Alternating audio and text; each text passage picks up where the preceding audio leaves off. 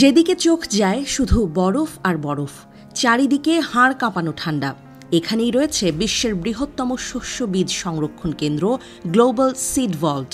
এছাড়া এই তীব্র ঠান্ডা জয় করে বসবাস করে আসছে কয়েক হাজার মানুষ।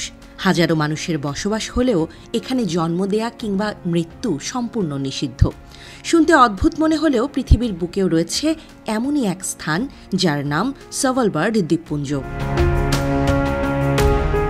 উত্তর মেরুর আর্কটিক বৃত্তের ৬৬.৫ ডিগ্রি অক্ষাংশ থেকে মেরু পর্যন্ত এই অঞ্চল বিস্তৃত।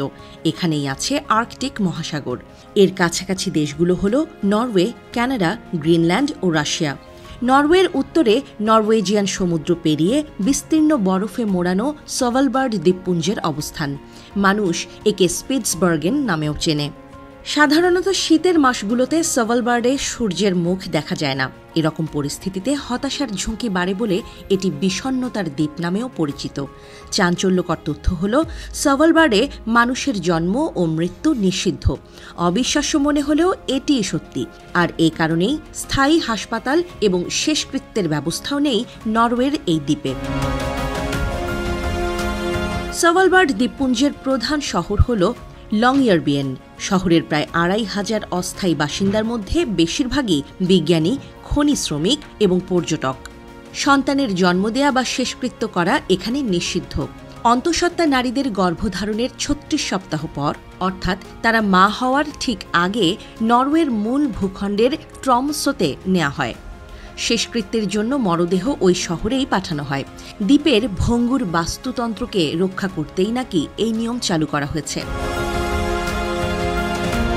নরওয়ে সরকারের দাবি, এসব ব্যবস্থা স্বাস্থ্য সুরক্ষার জন্য বেশ গুরুত্বপূর্ণ, বিশেষ করে শীতকালে বিমান চলাচল বন্ধ হয়ে যাওয়ার কারণে। কিন্তু প্রশ্ন হল, কেন চালু করা হলো এই নিয়ম? বিশ্বের বৃহত্তম শস্য বীজ সংরক্ষণ কেন্দ্র গ্লোবাল সিড ভল্ট তৈরি হয় সেখানে। সেই ভল্টে ১২ লাখেরও বেশি শস্য বীজের নমুনা রাখা আছে। পরমাণু যুদ্ধের মতো কখনো কোনো বড় বিপর্যয়ের কারণে পৃথিবীর সব শস্য নষ্ট হয়ে গেলে ওই ভল্ট থেকেই বীজ বের করে সারা পৃথিবীতে ছড়িয়ে দেয়া হবে। ওই গ্লোবাল সিড ভল্ট তৈরির পর সভালবার্ড দ্বীপে মানুষের কার্যকলাপ সীমিত করা হয়। নিষিদ্ধ করা হয় কুকুর প্রতিপালন এবং প্লাস্টিকের ব্যাগ ব্যবহার। জন্ম এবং মৃত্যু বিধিমালা তৈরি করে বলা হয় যে নতুন কোনো কবরস্থান তৈরি করা হবে না এখানে। ভূমি দূষণ রোধ করতেই নেওয়া হয় এই সিদ্ধান্ত।